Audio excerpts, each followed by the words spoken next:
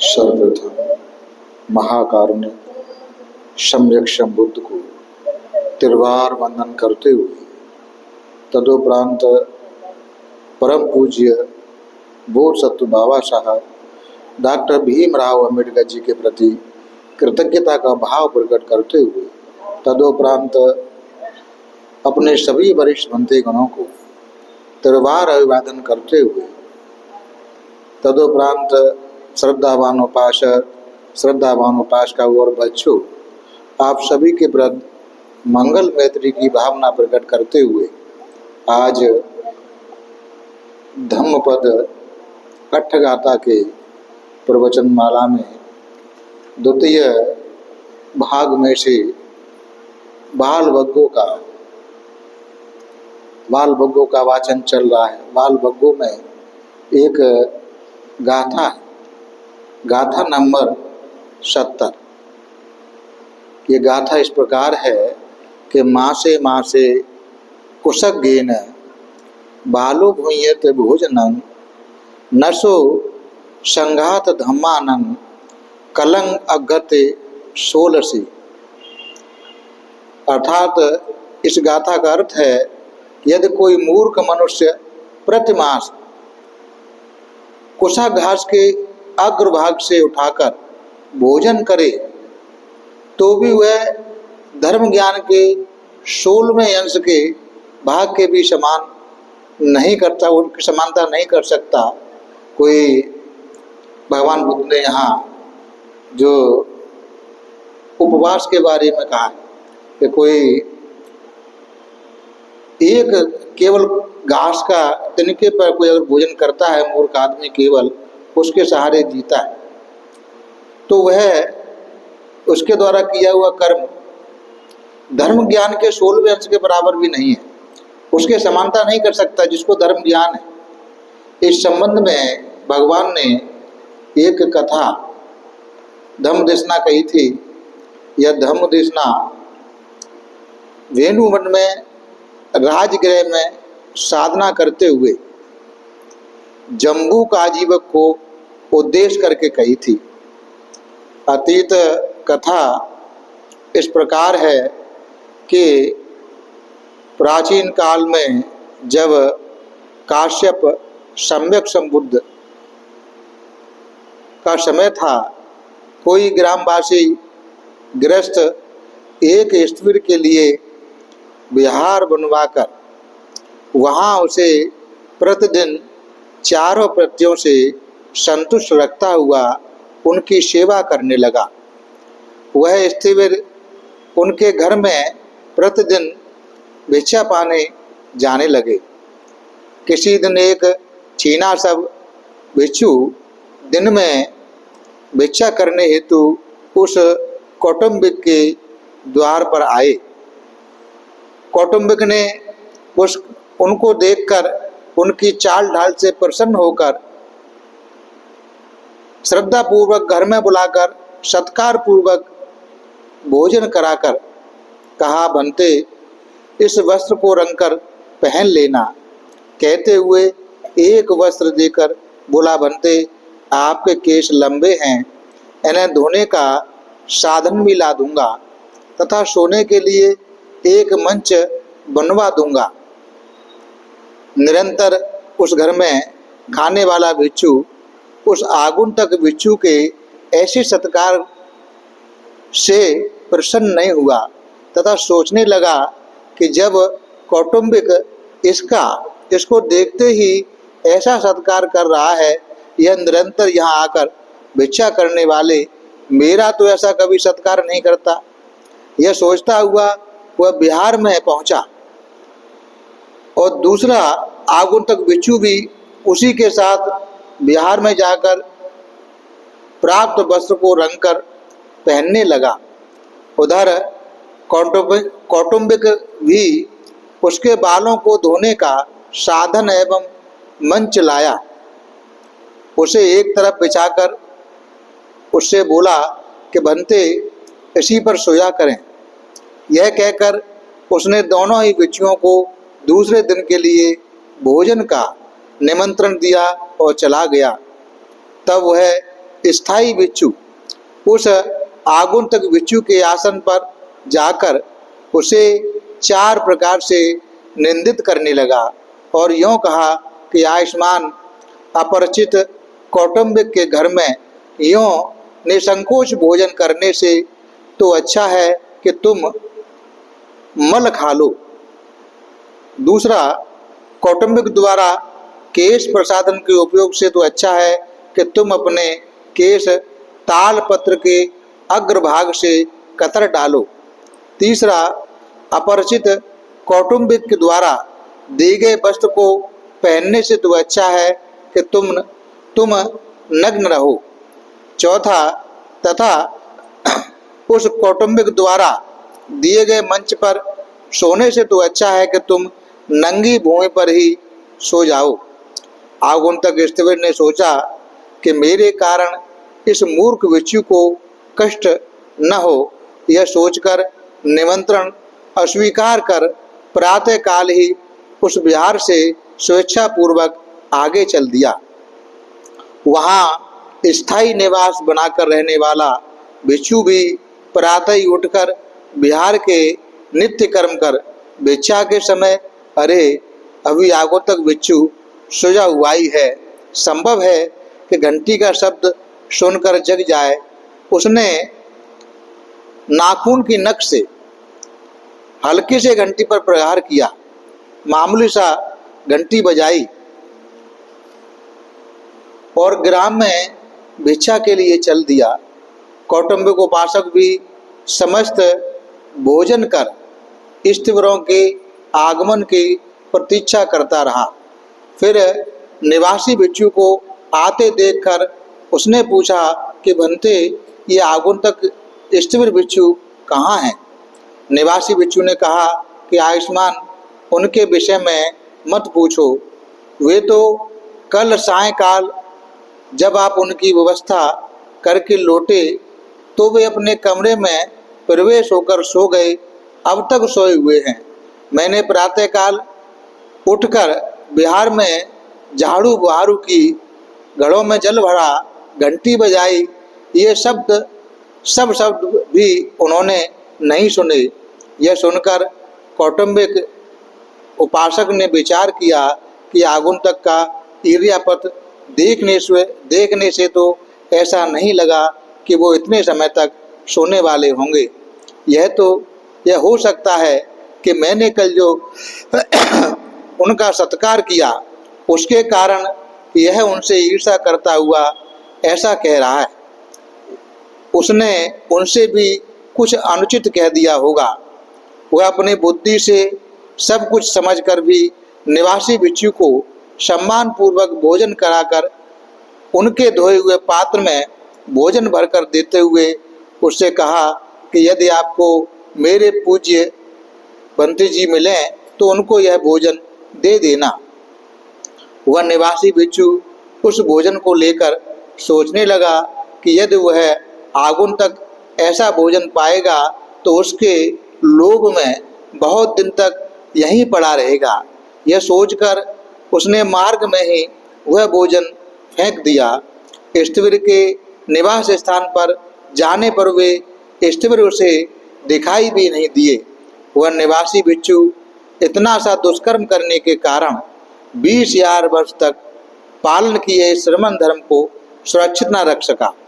आयु संस्कार समाप्त होने पर अभिची नरक में उत्पन्न होकर एक बुद्धांतर तक महान दुख भोगता हुआ इसी बुद्ध काल में राजगृह के एक अत्यधिक ऐश्वर्यशाली कुल में वह उत्पन्न हुआ। पैरों से चलने योग्य होने के बाद न वह पलंग पर सोना चाहता था, न ही अच्छा भोजन, स्वादिष्ट भोजन करना चाहता था। वह केवल अपना शरीर का मल खाकर ही प्रसन्न होता था। बच्चा होने के कारण अज्ञानता में यह सब कर रहा है ऐसा सोचकर घर वाले चुप रहते थे, परंतु बड़ा होने पर भी वह अपना ही मल खाता था ऐसा सोचकर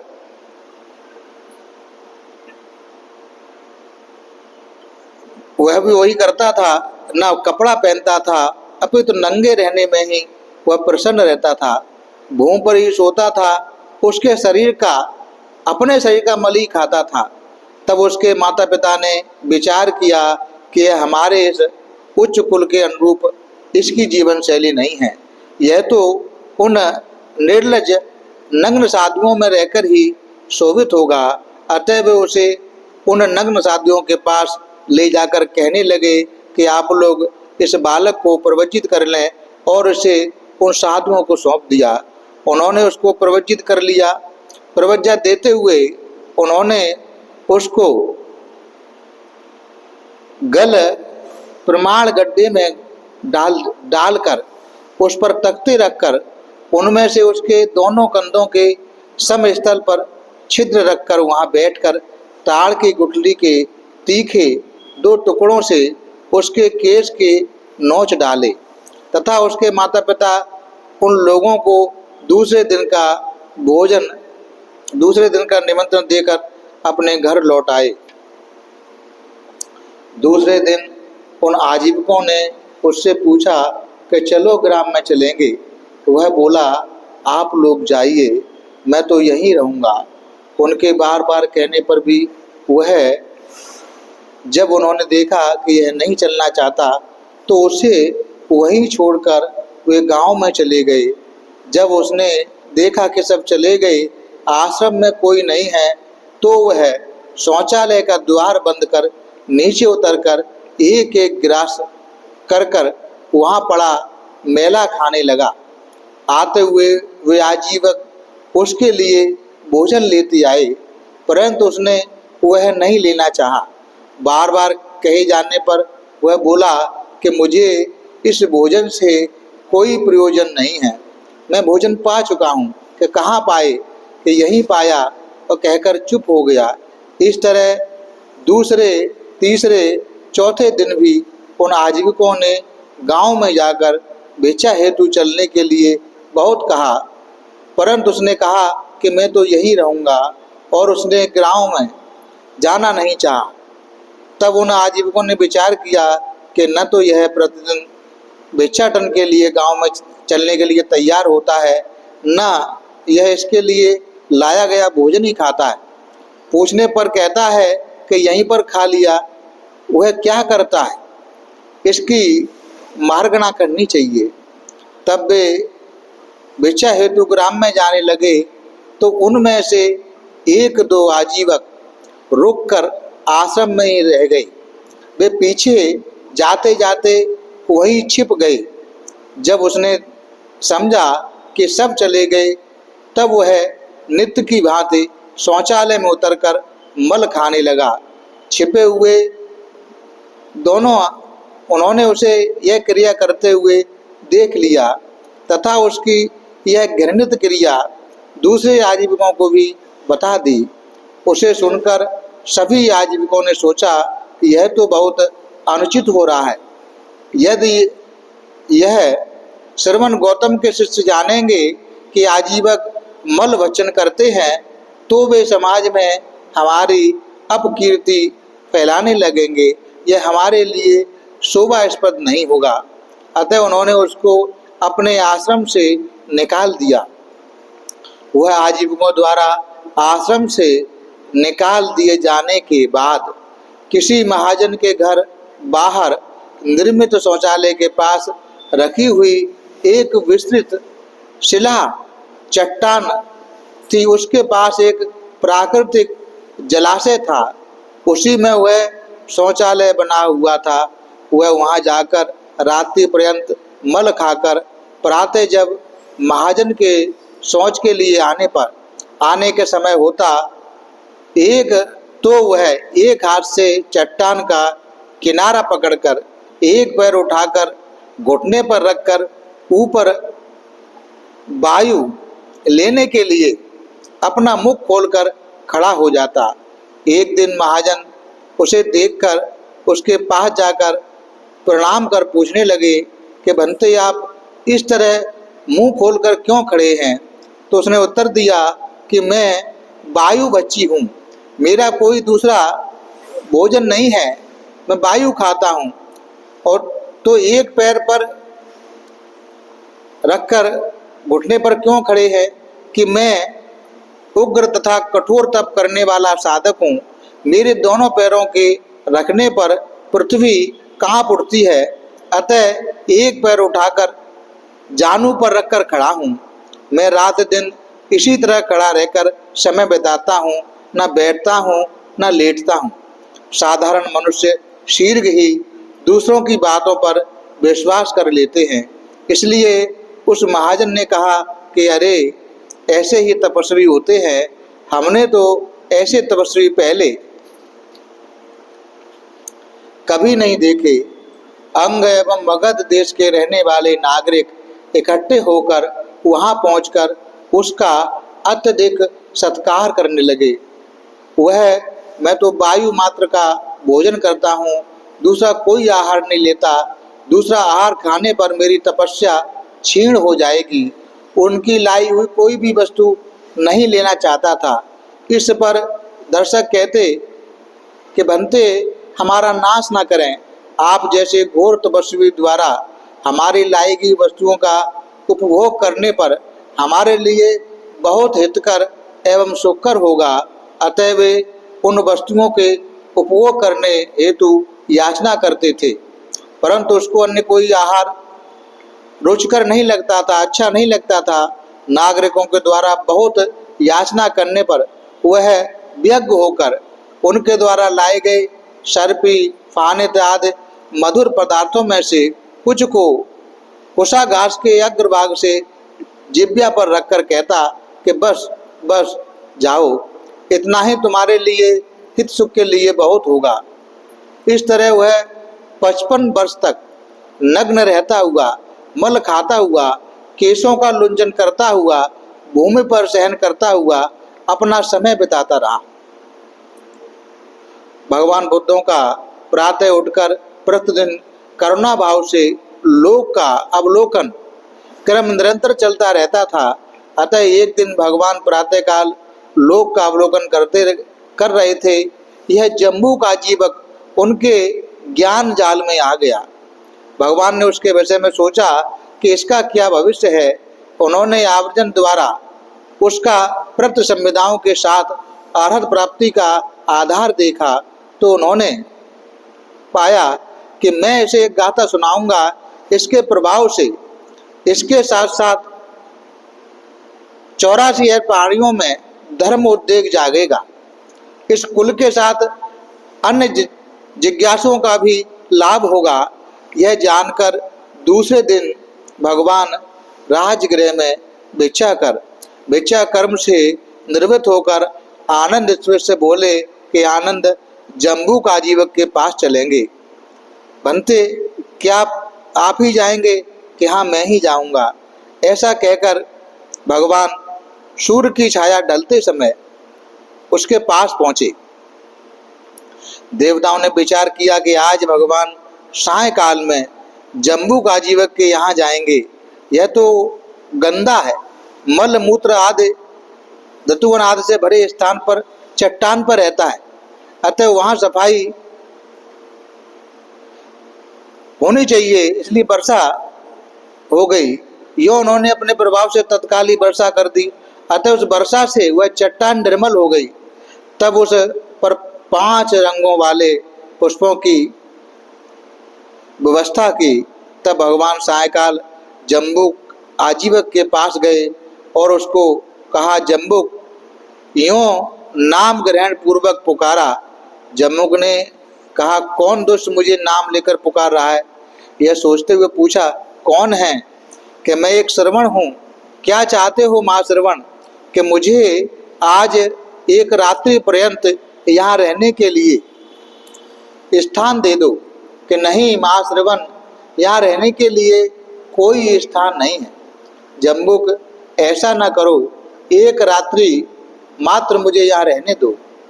प्रवज्जित लोग दूसरे प्रवज्जित को स्वभावतः चाहते हैं। क्या तुम प्रवज्जित हो? कि हाँ, मैं प्रवज्जित हूँ। यदि तुम प्रवज्जित हो तो तुम्हारा तूमा कहाँ है? तुम्हारा चिमटा कहाँ है? तुम्हारा यज्ञ सूत्र कहाँ है? मेरे पास सभी कुछ है, परंतु जहाँ तहाँ इन्हें साथ लेकर चलना मुझे कष्टप्रद ज्ञात होता है। आवश्यकता पड़ने पर ही लेकर चलता हूँ। अरे तुम क्या इनको लेकर चलोगे? यूँ भगवान पर वह नाराज हुआ। तब भगवान ने कहा कि जम्बुक, जाने भी दो, क्रोध ना करो, मुझे रहने का स्थान बताओ।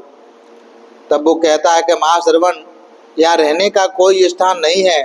तब भगवान ने उसके रहने के स्थान से कुछ ही दूर पर एक ऊंची उठी हुई भूमि थी, उसकी ओर संकेत करते हुए पूछा कि इस प्रभार पर कौन रहता है? कि महाश्रवण, उसकी ओर कि कोई नहीं रहता, तो इसे ही मुझको दे दो रहने के लिए। महाश्रवण, जैसा तुम ठीक समझो वैसा करो।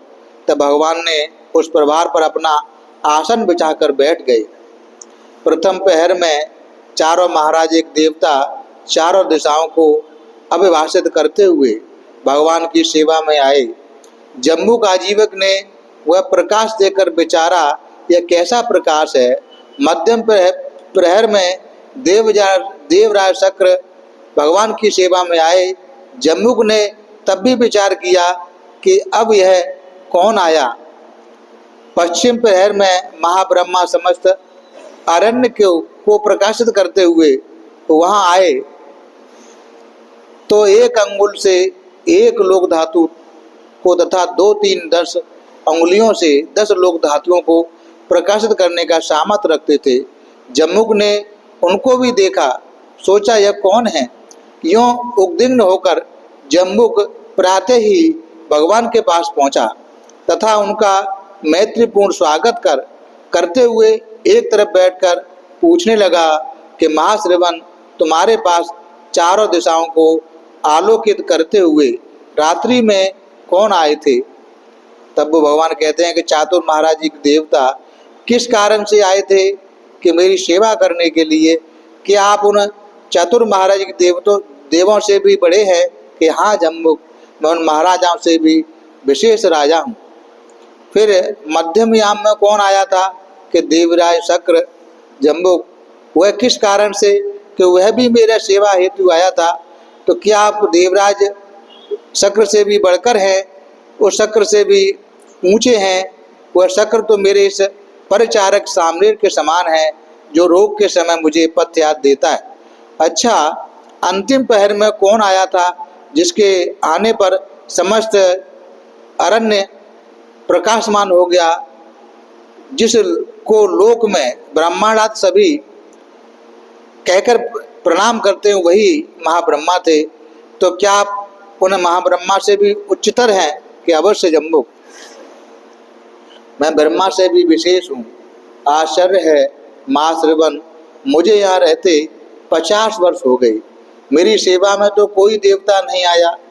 मैंने तो यहाँ वायु बच्चक होकर खड़े खड़े ही 50 वर्ष बिता दिए, मेरी सेवा के लिए तो इनमें से कोई नहीं आया। तब भगवान ने कहा कि जम्बुक, लोक में साधारण जनों को, जो कि मूर्ख और अंधे हैं, तुम धोखा देते हो। धोखा देते, मुझको भी धोखा देना चाह रहे हो। उनको तो धोखा देते ही हो, मुझे भी धोखा देना चाह रहे हो। तुमने तो बीते 55 वर्ष तक लोगों का मल ही खाया है, भूमि पर सोए हो, नंगे होकर घूमे हो, ताड़ की चिमटी से अपने केश लुंचन करते रहे हो और जनता को धोखा देते रहे हो कि मैं वायु बच्चक हूँ, एक पैर पर खड़ा रहता हूँ, लेटता नहीं हूँ। मुझको धोखा देना चाह रहे हो। पहले भी तूने इसी पाप में निकृष्ट दृष्टि के सहारे इतना समय मलभक्षण, नग्नता एवं भूमि शयन करते हुए बिताया। अब भी तुम उसी पाप में निकृष्ट दृष्टि को स्वीकार किए हुए हो। मैंने क्या किया? महाश्रवण, तो भगवान ने उसके पूर्व जन्मों का वर्णन किया कि भगवान द्वारा ऐसा वर्णन करते हुए जम्बुक को संवेग, बैराग उत्पन्न हुआ, लज्जा और पाप भीरुता उत्पन्न हुई, वह उकड़ू बैठ गया। तब भगवान ने उसको अपने उदक साटिका दी, उससे उसने अपने शरीर को ढक लिया और भगवान को प्रणाम कर एक और बैठ गया। भगवान ने भी उसको दानशील आदि की आन पूर्वी कथा कही और उसका धम्मोपदेश किया। उस धम्मोपदेश के अंत में वह प्रत संविदाओं के साथ अरहत मार्ग प्राप्त हो गया। अरहत प्राप्त कर भगवान को प्रणाम कर आसन से उठकर प्रवज्जा एवं उपसंपदा की याचना करने लगा। इसके प्रभाव से उसके सभी दुष्कर्म क्षीण हो गए।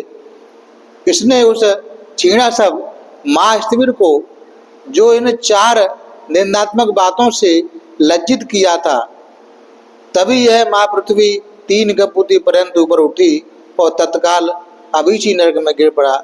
इससे तो प्रारब्ध शेष रहा। उसके प्रभाव से इसने इस जन्म में अपने जीवन के 55 वर्ष मल खाकर बिताए। इससे इसका वह पूर्व जन्म कृत हुआ पाप सर्वदा नष्ट हो गया। हाँ, 20,000 वर्ष तक उसने जो श्रवण धर्म का पालन किया, उसका पुण्य छीण करने में तो किसी की शक्ति नहीं थी। अतः यह सब विचारते हुए भगवान ने अपना दाहिना हाथ उठाकर कहा कि आओ बच्चू, अपने दुखों को भलीभांति नाश करने के लिए तुम यह धर्म साधना करो। अंग मगधवासी नागरिकों के लिए वह दिन जम्बुक के लिए स्वागत उपहार लाने का था। अतः वे उस दिन भी विविध स्वागत उपहार लाए, परंतु वहां तथागत को उपस्थित देखकर भ्रम में पड़ गए कि दोनों में परस्पर कौन किसका गुरु है, कौन किसका शिष्य। वे सोचने लगे, क्या हमारे यार जम्बुक महान हैं, बड़े गुरु हैं, या श्रवण गौतम। फिर उन्होंने आगे यूँ विचार किया, यदि इनमें श्रवण गौतम बड़े होते तो आर्य जम्बुक को इनके यहाँ जाना चाहिए था, क्योंकि श्रवण गौतम आर्य के यहाँ आए हैं। अतः आर्य जम्बुक ही महान प्रतीत होते हैं। भगवान ने उन नागरिकों का तर्क वितर्क जान लिया और समझकर कहा कि जम्बुक, अपने शिष्यों का संदेह दूर करो। जम्बुक ने कहा कि बनते, मैं भी यही विचार कर रहा था। तब जम्बुक चतुर्थ ध्यान समाधि में आरूढ़ होकर ऊपर उठकर बोले कि बनते, भगवान ही मेरे शास्ता हैं, मैं तो उनका शिष्य हूँ। यह कहते हुए नीचे आकर पुनः 3 ताल वृक्ष जितना आकाश में उठकर जम्बुक ने स्वयं भगवान का शिष्यत्व स्वीकार किया।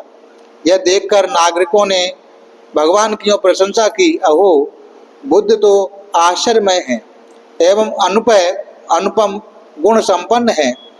भगवान ने उन नागरिकों के साथ संवाद करते हुए बताया कि यह इतने समय तक तुम्हारे द्वारा सत्कार में लाई हुई वस्तुओं को कुशा के अग्रभाग से मुख में रखता हुआ कहता था कि मैं तपस्या कर रहा हूँ, यह दिखा रहा था। यदि यह इस विधि से 100 वर्ष तक भी तपस्या करता रहता, या जो इसका समय एवं भोजन के प्रति पश्चाताप है, उसका यह तपश्चरण 16वें अंश की भी समानता नहीं कर सकता।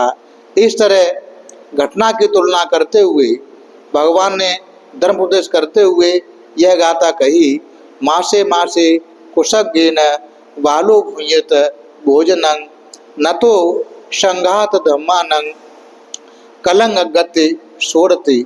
यदि कोई मूर्ख मनुष्य प्रतिमास कुशा के अग्रभाग से उठाकर भोजन करे तो भी यह धर्म ज्ञान के 16वें भाग की भी समानता नहीं कर सकता। यह जो भगवान ने देशना कही, यह देशना पुद्गल स्थाना है।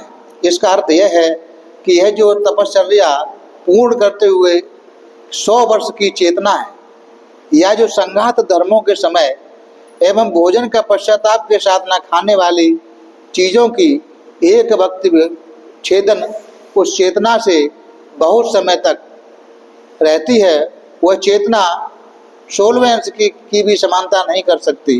कहने का तात्पर्य है ये जो संघात धर्मों की चेतना का फल है, ये जो 16 भाग में विभक्त कर दिया जाए, उनमें से भी एक एक भाग के 16 भाग करने के बाद भी एक विभाग का जो फल है वह भी इस तपश्चर्या के फल से महान है।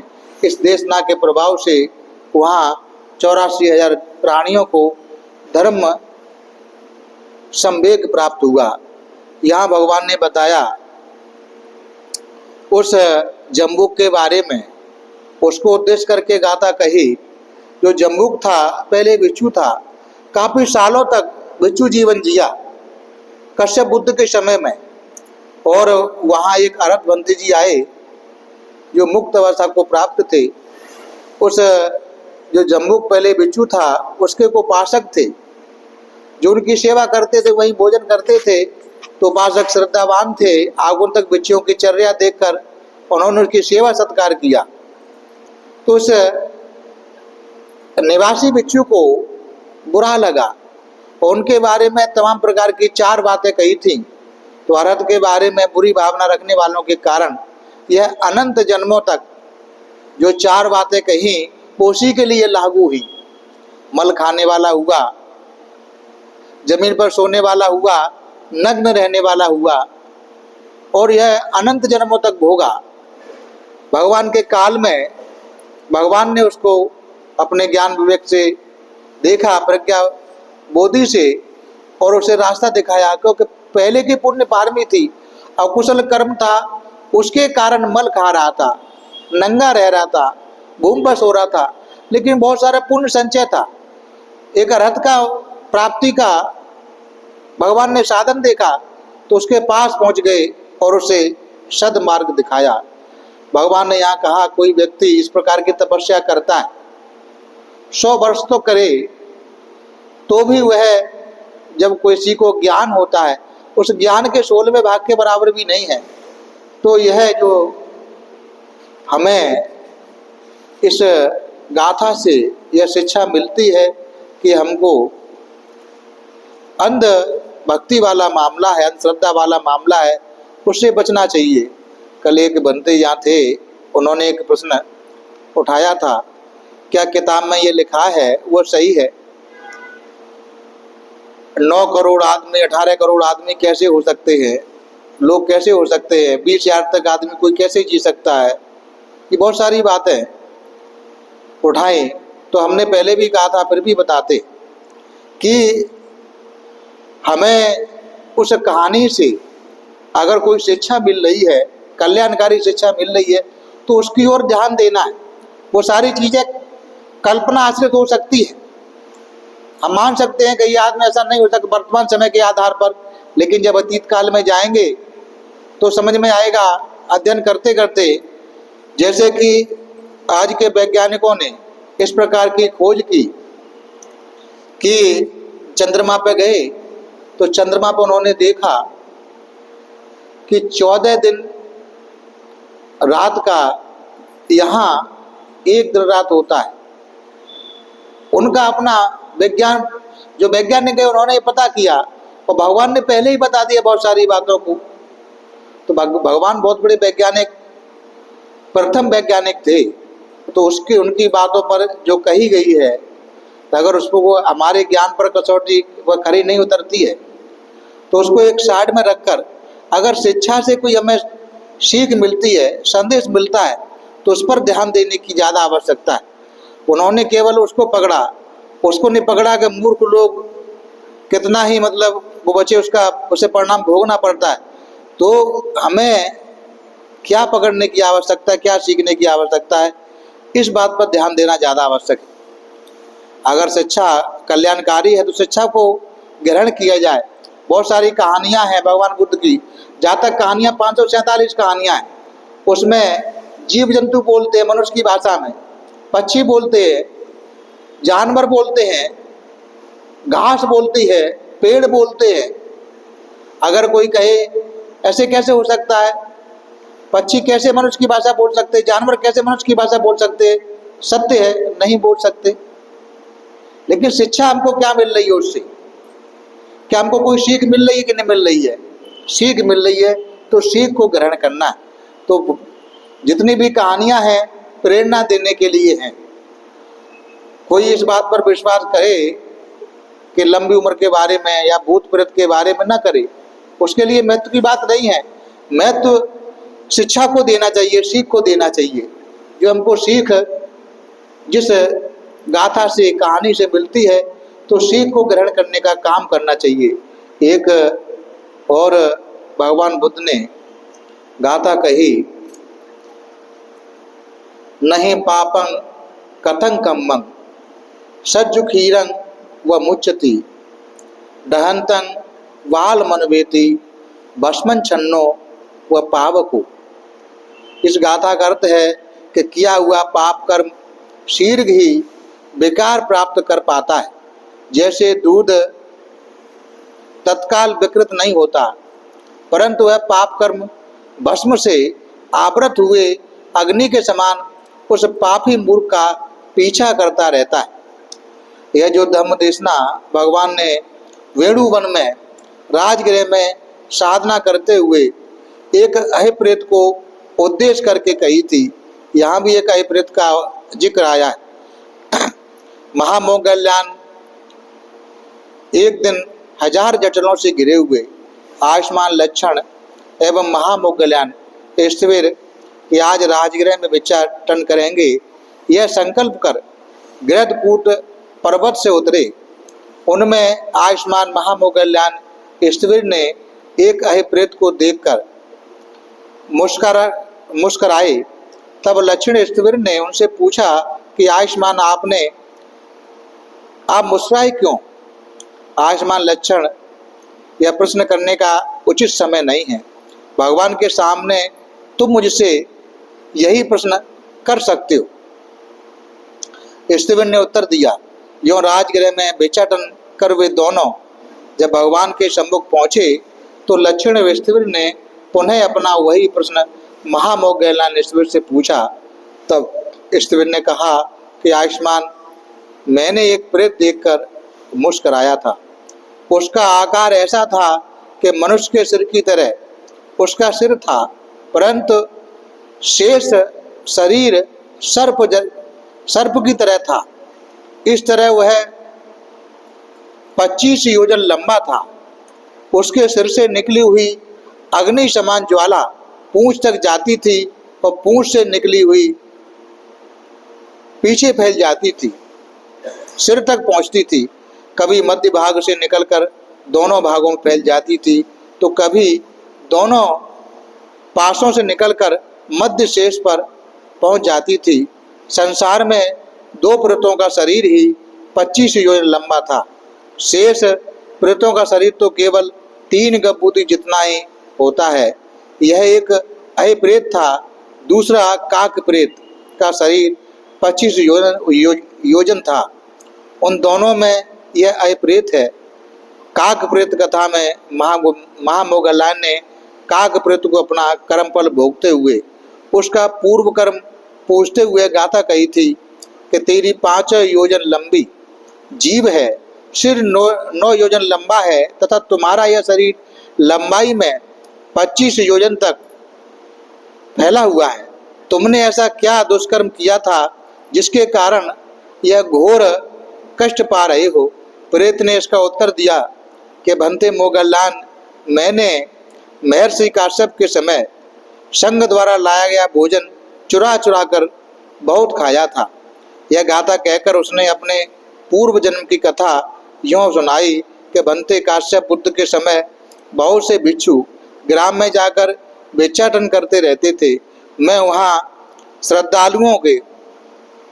श्रद्धालु पुरुष उन स्थविर को आता हुआ देखकर प्रसन्न होते हुए भोजनशाला में बैठा कर उनके चरण धोकर यवागु पिलाकर हल्का मधुर खाद्य पदार्थ खिलाकर भिक्षा काल की प्रतीक्षा कर धर्म श्रवण करे बैठे हुए रहते।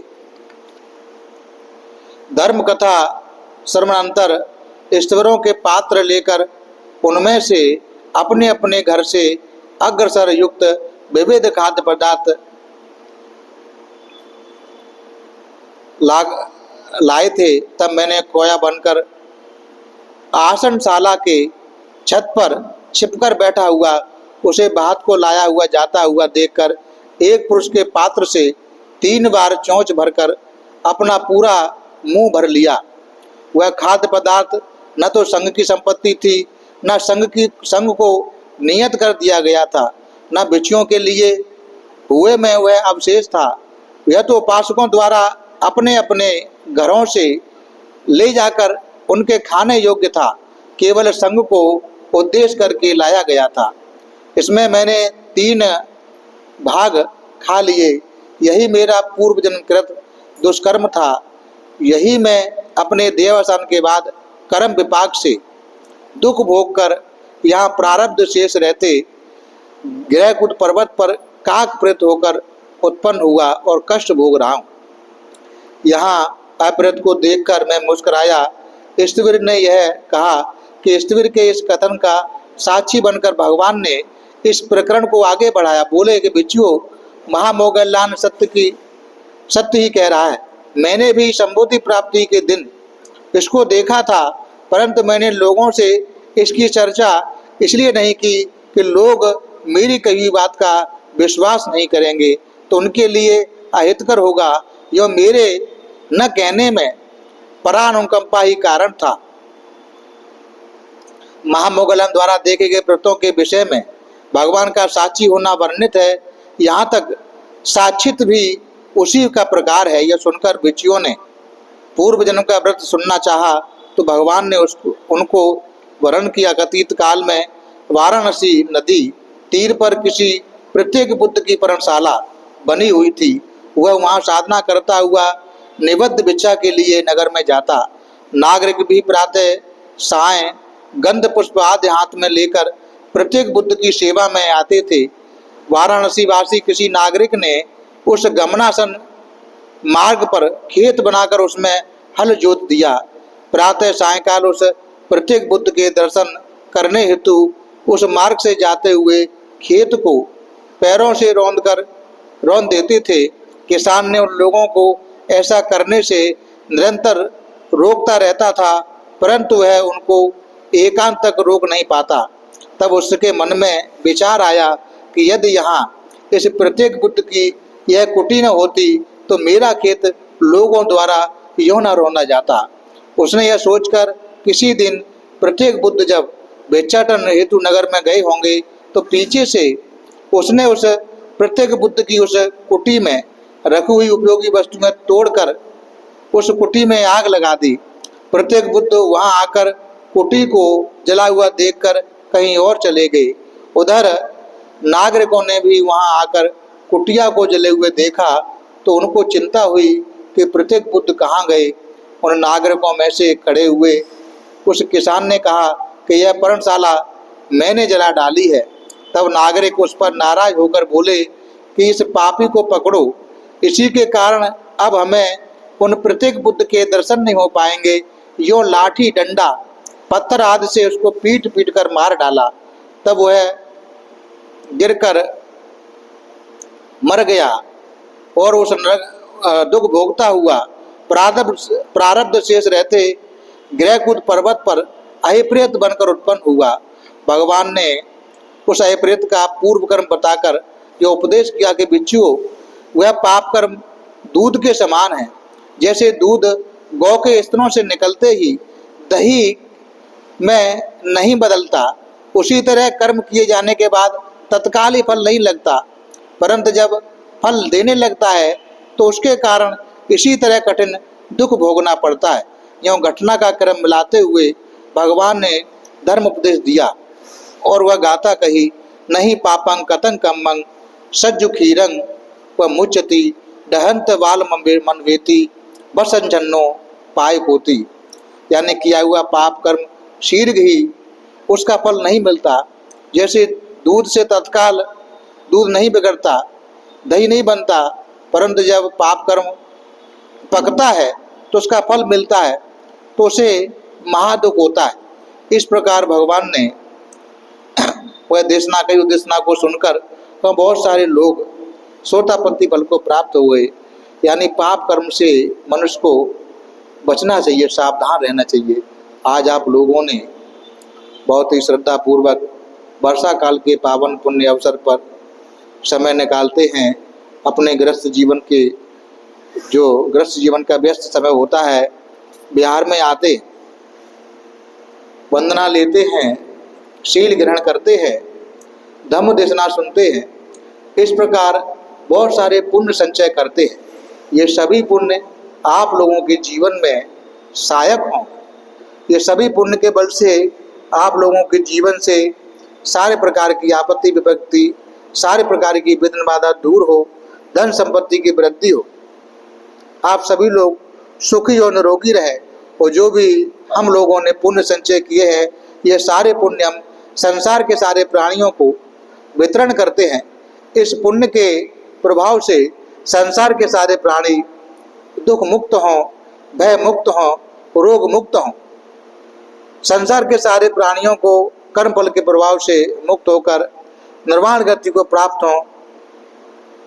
संसार के सारे प्राणियों को चार आर्य सत्यों का ज्ञान हो, सभी लोगों का कल्याण सदैव मंगल हो, सभी एक दूसरे से मैत्री बढ़ाएं, ऐसी कामना करते हैं। और जो हम लोगों को भोजन दान देते हैं, वस्त्र दान देते हैं, हमारी आवश्यकताओं को पूरी करते, उन सभी लोगों का कल्याण सदैव, उनको भी चार आर्य सत्यों का ज्ञान हो, धर्म मार्ग मिले और कर्म फल के प्रभाव से मुक्त हो जाए, निर्वाण गति को प्राप्त हो, ऐसी कामना करते हैं और अपनी वाणी को विराम देते हैं। सबका भला हो, सबका मंगल हो, सबका कल्याण हो। भवतु शब मंगलम, भवतु शब मंगलम, भवतु शब मंगलम।